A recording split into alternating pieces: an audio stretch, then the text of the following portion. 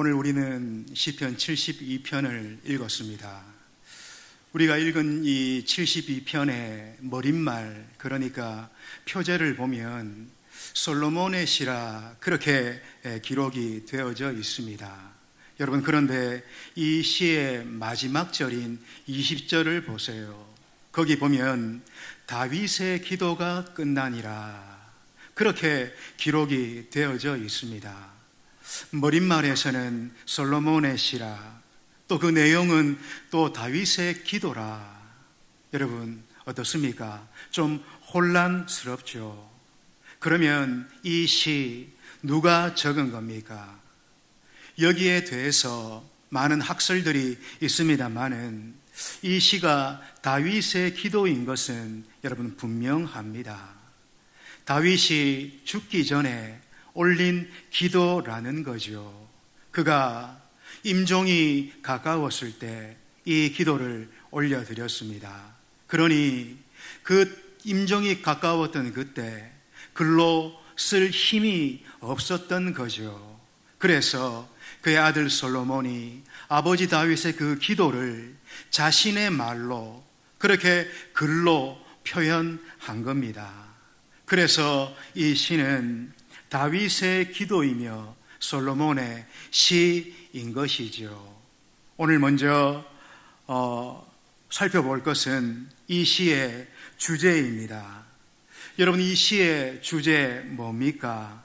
예수님의 왕 되심, 그분의 다스리심. 그러니까 예수님은 왕으로서 지금도 다스리고 앞으로도 다스릴 것이다 찬양하고 있는 겁니다.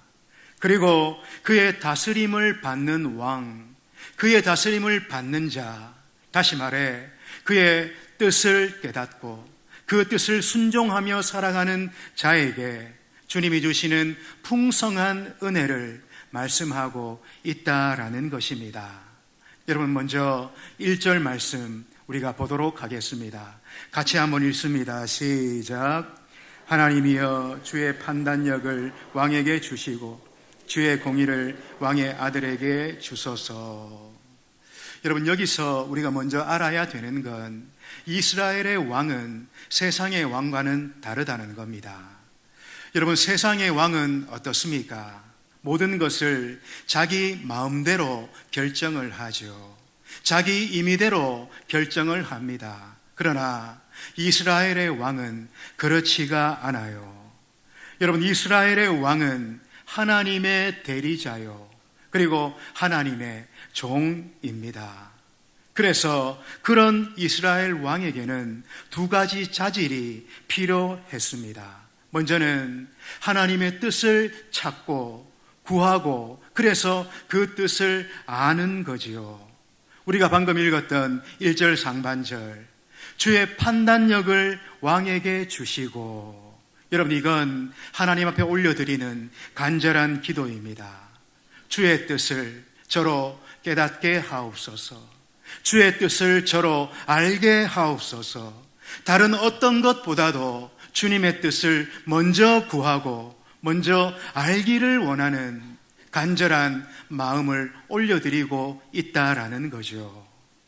여러분, 그런데 하나님의 뜻을 알고 거기서 멈추면 안 되는 것입니다. 그 뒤에는 반대와 방해를 물리치고 하나님의 그 뜻을 실천하고 실행에 옮겨야 되는 거죠. 여러분, 이스라엘 왕에게 부여된 가장 중요한 임무가 무엇이었습니까? 바로 하나님의 뜻을 알고 그 뜻을 순종하는 것.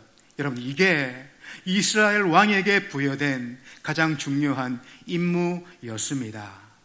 여러분, 그런데 가만히 생각해 보세요. 오늘 이 땅을 성도로 살아가는 우리들 어떻습니까? 여러분, 마찬가지입니다.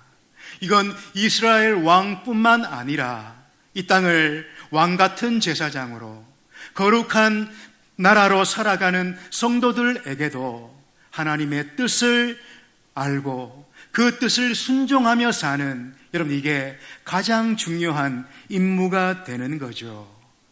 여러분, 성도된 우리에게 있어서 가장 중요한 것, 여러분 뭡니까? 바로 하나님의 뜻을 우리가 깨닫고 그 뜻을 순종하며 살아가는 것. 여러분, 이것이 성도된 우리에게 가장 중요한 일이다라는 것입니다. 여러분, 맞습니까? 맞습니까? 예, 맞습니다. 성도된 우리에게 가장 중요한 건 하나님의 뜻을 깨닫고 그 뜻을 행하며 이 땅을 살아가는, 여러분, 이게 가장 중요한 거죠.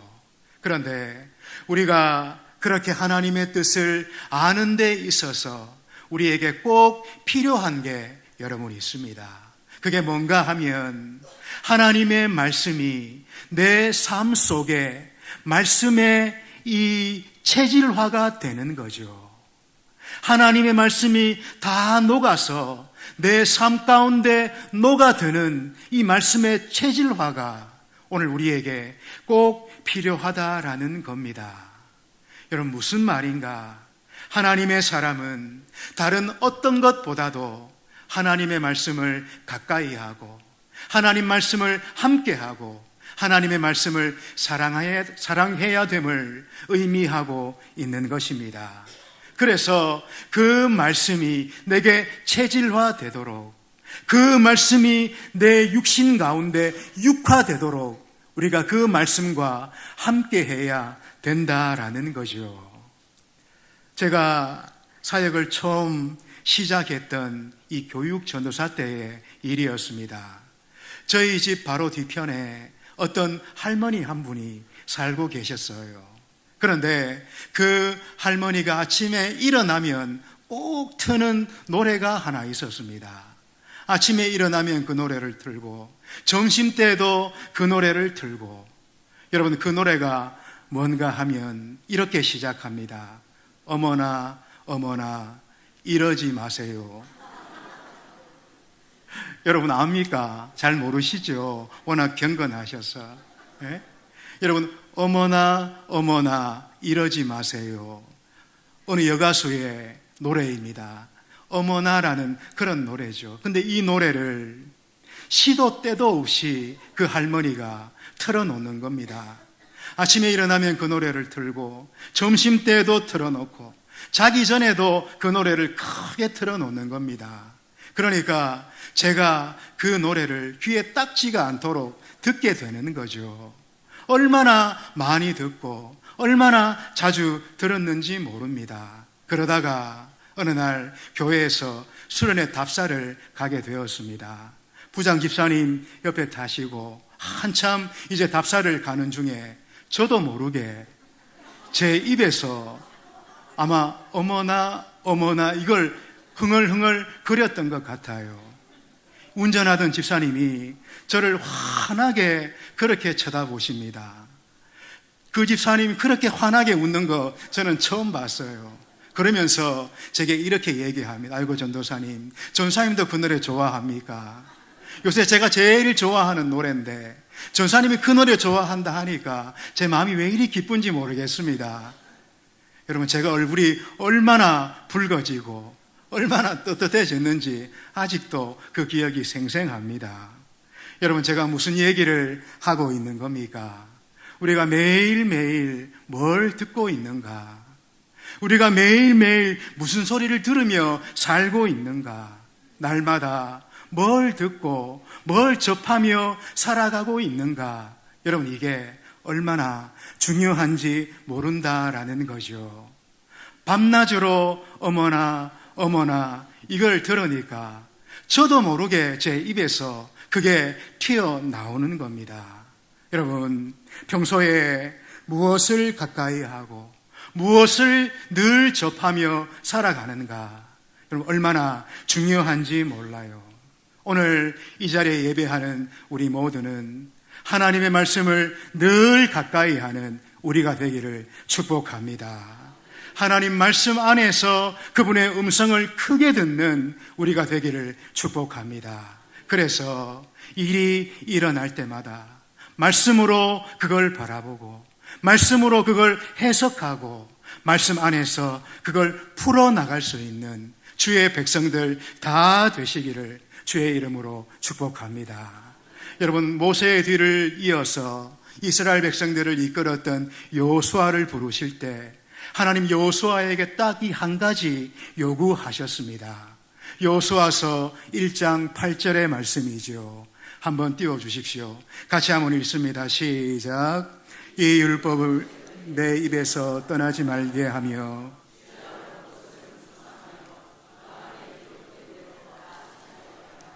그리하면 내 길이 평탄하게 될 것이며 내가 형통하리라. 여러분, 이 말씀을 어떻게 이해하는지 잘 모르겠습니다만은 제가 볼 때 이 말씀은 하나님의 사람은 일이 일어난 뒤에, 사건이 벌어진 뒤에 성경을 펴서 이걸 어떻게 해야 되나, 어디서 말씀을 찾아야 되나 그렇게 뒤적인다면 이미 늦다라는 겁니다. 하나님의 사람은 일이 일어났을 때 그 일을 말씀으로 보고 말씀으로 풀어나갈 수 있도록 이미 내 안에 말씀의 충만함이 있어야 된다라는 거죠. 그리고 그 일에 대해서 하나님의 뜻이 분명하면 그 뜻을 이루어 드리기 위해서 열심으로 애쓰는 그런 모습이 우리에게 있어야 된다. 그렇게 말씀하고 있는 거죠. 여러분, 하나님의 종들 무엇 때문에 이 땅에 있습니까? 이 땅을 성도로 살아가는 오늘 우리는 무엇 때문에 이 땅을 살고 있습니까? 하나님의 뜻을 이루어 드리는 수족으로 오늘 우리가 있는 줄 그렇게 믿습니다. 여러분, 창세기 1장을 열어보십시오. 세상의 모든 것들이 하나님의 말씀 앞에 즉각적으로 순종하는 것 보게 됩니다. 하나님이 빛이 있으라 그렇게 말씀하시니 빛이 있습니다. 바다에서 묻이 드러나라 말씀하심에 그대로 되게 됩니다. 바람과 바다를 향해서 잠잠하라 그렇게 말씀하시니까 바람과 바다가 잠잠게 됩니다. 심지어 열매 맺지 못하는 무화과 나무를 향해서 주님 저주하시니까 그 말씀이 어떻게 됩니까? 말라 죽게 되는 거죠. 여러분, 이처럼 이 땅의 모든 만물이 하나님의 말씀에 온전히 순종하는데 오직 인간들만 그 말씀에 거역하고 그 말씀을 불순종하고 있다라는 것입니다. 그런데 그 가운데 이 하나님의 말씀을 이루어 드릴 종들이 여러분 누굽니까? 오늘 본문에 바로 이스라엘 왕들이 그들이고, 그리고 오늘 우리들, 이 땅을 성도로 살아가는 우리들이 하나님의 말씀을 이루어 드릴 종들이다라는 것입니다. 여러분, 그래서 이스라엘 왕은 사람의 종이 아니었습니다. 그들은 하나님의 종이었죠. 여러분, 오늘 우리도 사람의 종이 아닌 줄로 믿습니다. 우리가 진정 성도라면 우리는 사람의 종이 아니라 하나님의 종인 것이지요. 여러분, 사람의 종으로 살지 말고 하나님의 종으로 사는 우리가 되기를 축복합니다. 특별히 말씀에 붙들려 하나님의 종으로 사는 우리가 되기를 주의 이름으로 축복합니다. 여러분, 그러면 그렇게 사는 자들에게 하나님은 어떤 복을 내려주시는가? 다시 말해, 주의 말씀 위에 서서 그 말씀 붙들고 그렇게 이 땅을 살아가는 하나님의 사람들에게 어떤 은혜와 복을 주시는가? 우리가 읽었던 본문 6절 말씀입니다. 우리 6절 말씀을 같이 한번 읽습니다. 시작. 그는 벤 풀 위에 내리는 비같이 땅을 적시는 소낙비같이 내리리니. 상반절을 보십시오. 벤 풀 위에 내리는 비같이, 그렇게 말을 합니다. 여러분, 풀을 다 베고 난 뒤에 그 위에 비가 내리면 그 비가 어떻게 되겠습니까? 비 내린 효과가 얼마나 큰지 몰라요. 이내 베었던 그 자리에서 풀이 다시 돋아나게 되고, 언제 그 풀을 베었는지 모르게 그 풀이 풍성하게 되고 무성하게 된다라는 것입니다. 여기 말하는 이 비, 우리가 너무나 잘 알듯이 성경에서는 이 비를 가리켜 하나님의 은혜라, 하나님의 복이라 그렇게 상징하고 있어요. 그래서 여기 벤 풀 위에 내리는 비 같을 것이라, 여러분, 이 말은 하나님의 자녀들이 마치 풀이 베인 것과 같이 큰 고통을 당하고 큰 아픔을 당했을지라도 하나님 다시 그들에게 은혜의 단비를 내려주셔서 언제 그 고통이 내게 있었는지 모르게, 그 눈물이 언제 내게 있었는지 모르게 나를 회복시켜 주실 것이다. 여러분, 그렇게 말씀하고 있는 거죠. 누구에게 이런 복을 주신다 말씀하고 있습니까? 하나님의 말씀 위에 서서 살아가는 자들, 하나님의 말씀 위에 굳게 서서 살아가는 자들, 그들에게 이런 복이 내리워질 것이라 말씀하고 있는 거죠. 여러분, 하나님이 한번 오케이 하시면, 하나님이 한번 결제하시면, 하나님이 한번 고개를 끄덕이시면 내 모든 것 변화될 줄로 믿습니다. 우리의 모든 것들이 변화되고 새로워지고 달라질 줄로 믿습니다. 그 즉시로 그 은혜가 우리에게 임할 줄로 그렇게 믿습니다. 믿으시는 우리가 되기를 축복합니다. 여러분, 그런데 이 은혜가 여기서 끝나는 것이 아닙니다. 이어지는 7절을 보면 더 놀라운 말씀을 하고 계세요. 우리 7절 말씀 같이 한번 읽습니다. 시작. 그의 날에 의인이 흥왕하여 평강의 풍성함이 달이 닿을 때까지 이르리로다. 여러분, 무슨 말입니까? 본문 가운데서는 하나님의 말씀에 서 있는 왕이 그 나라를 다스릴 때 그 왕의 말씀을 붙들이고 다스리는 그 통치 가운데 의인들이 많이 세워진다라는 거죠. 다시 말해 믿음의 사람들이 말씀 위에 굳게 서서 그 말씀만 붙들고 이 어려운 세상을 살아나가는 것을 볼 때에 주변에 연약한 자들, 힘없는 자들이 그들로 말미암아 믿음의 귀한 사람들로 세워지게 된다, 일어나게 된다, 그렇게 말씀하고 있는 겁니다. 여러분, 그러니까 연약한 자들, 믿음이 없었던 자들이 의로운 왕의 그 통치를 보고 믿음의 사람들의 말씀 붙드는 그 삶을 보고 용기를 내어서 더 많은 의인들이 세워질 뿐만 아니라 믿음의 많은 사람들이 더 일어나게 될 것이라 말씀하고 있는 거죠. 여러분, 그만큼 하나님 앞에 한 사람이 중요합니다. 말씀 위에 바로 서 있는 그 한 사람, 말씀 위에 굳게 서서 그 말씀만 붙들고 살아가는 그 한 사람이 여러분 너무나 중요합니다. 저는 종종 그런 경우를 봐왔습니다. 아내분이 예배를 드리다가 큰 은혜를 받게 돼요. 그래서 집에 가서 이제 남편을 대하는데 예전과는 다르게 사랑으로, 마음으로 그렇게 대하는 겁니다. 그러니까 이 남편, 이게 무슨 일인가, 이 여인이 도대체 무슨 일인가 싶어서 교회를 한번 와 보는 거죠. 이 아내에게, 이 여인에게 도대체 무슨 일이 일어났는가 궁금해서 교회를 한번 나왔다가 어떻게 됩니까? 남편도 변하게 되어지는 거죠. 여러분, 이것이 7절에서 말하는 이 의인의 흥왕함인 것입니다. 여러분, 그러므로 한 사람이 얼마나 중요한지 모릅니다. 한 사람이 말씀 앞에 바로 서 있을 때, 말씀 위에 굳게 서 있을 때 그 주변에, 그 옆에 이런 믿음의 역사들이 흥왕하게 된다라는 것이지요. 여러분, 믿으시기를 축복합니다. 근데 이 믿음의 역사 언제까지 일어나게 되는가? 오늘 7절 하반절에 보니까 달이 다할 때까지, 달이 다할 때까지 이르리로다, 그렇게 말해요. 달이 다할 때까지, 다시 말해 세상 끝날까지 이 믿음의 역사가 계속되게 된다 말씀하고 있는 겁니다. 여러분, 그렇습니다. 말씀 앞에 바로 서 있으면 실패하지 않아요. 끝장나지 않습니다. 결코 무너지지 않습니다. 말씀 앞에 바로 서 있기만 하면 성도는 절대로 망하지 않습니다. 처음에는 작은 일로도 흔들리고 넘어지게 되죠.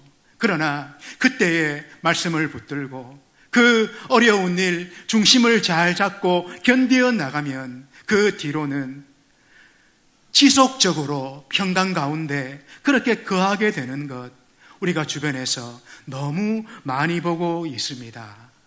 여러분, 그러므로 중요한 게 뭡니까? 말씀을 붙드는 것입니다. 말씀을 붙들고 그 위에 서서 그렇게 살아가는 것이죠. 그렇게 살아가는 은혜가 우리에게 있기를 축복합니다. 여러분, 이제 끝으로 말씀 위에 서서 그렇게 살아가는 자들, 하나님 어떤 은혜와 복을 내리워 주시는가? 우리가 읽지는 않았습니다만은 16절 말씀입니다. 우리 16절 말씀도 한번 읽습니다. 시작. 산 꼭대기 땅에도 곡식이 풍성하고 그것의 열매가 레바논같이 흔들리며 성에 있는 자가 땅에 풀같이 왕성하리로다. 여러분, 상반절 보십시오. 산 꼭대기 땅에도 곡식이 풍성하고, 여러분, 산 꼭대기에 있는 땅 어떻습니까? 사실은 별로 쓸모가 없는 그런 땅이죠. 근데 하나님의 은혜가 얼마나 풍성한지 그 산 꼭대기 땅 가운데서도 여러분 곡식이 풍성하게 될 것이라 그렇게 말씀합니다. 뿐만 아니라 그 열매가 얼마나 많은지 레바논 백향목같이 흔들릴 것이라 그렇게 말씀할 것이죠. 여러분, 이게 무슨 말인가? 하나님의 은혜와 복이 모든 곳에 충만하게 임하게 될 것이라 말씀하고 있는 겁니다. 여러분, 그러니까 우리가 말씀 위에 서서, 말씀 위에 굳게 서서 이 땅을 성도로 살아가는 것, 하나님이 그걸 그토록 기뻐하신다라는 거지요. 하나님 그걸 그렇게 기뻐하셔서 이렇게 물붓듯이 은혜를 내리워 주시고 강물 같은 주의 은혜가 그 주변에 흐르도록 복을 내려 주신다 말씀하고 있는 겁니다. 여러분, 그러므로 우리가 점검해야 되는 게 뭡니까? 우리가 확인해야 되는 게 뭡니까? 내가 말씀 위에 서 있는가? 내 믿음이 말씀 위에 서 있는 믿음인가? 그리고 우리 가정이, 우리 자녀들, 우리 자녀 손들이 말씀 위에 서 있는 믿음인가? 여러분, 점검해야 되는 것입니다. 여러분, 물질의 풍년 혹은 이 영적인 풍년 누가 주시는 겁니까? 하나님이 우리에게 주시는 것입니다. 여러분, 그러므로 내가 말씀 위에 서 있기만 한다면 여러분, 다른 어떤 것들은 우리가 많이 걱정 안 해도 될 것 같습니다. 왜 그렇습니까? 말씀 위에 서서 그 말씀을 붙들고 굳게 살아가는 그들에게 한량없는 하나님의 은혜와 복으로 충만히 대대에 그렇게 임하여 주시겠다. 우리 주님 말씀하기 때문에 그렇습니다. 심지어 산 꼭대기 땅까지 그 은혜로 충만하게 될 것이라 말씀하기 때문이죠. 여러분, 이런 은혜 누리는 하나님의 백성들 되시기를 축복합니다. 이 은혜 누리기 위해서 하나님의 말씀 위에, 그분의 말씀 위에 더 굳건히 세워져 가는 하나님의 백성들 되시기를 주의 이름으로 축원드립니다. 기도하겠습니다. 아버지 하나님, 은혜를 내리워 주시기를 원합니다. 이 시간 말씀으로 함께해 주시기를 원합니다.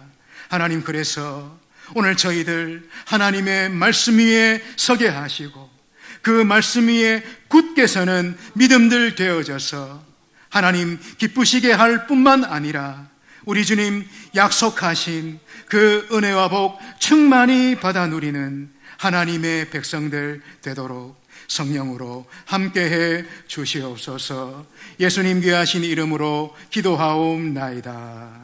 아멘. 찬송가 546장입니다.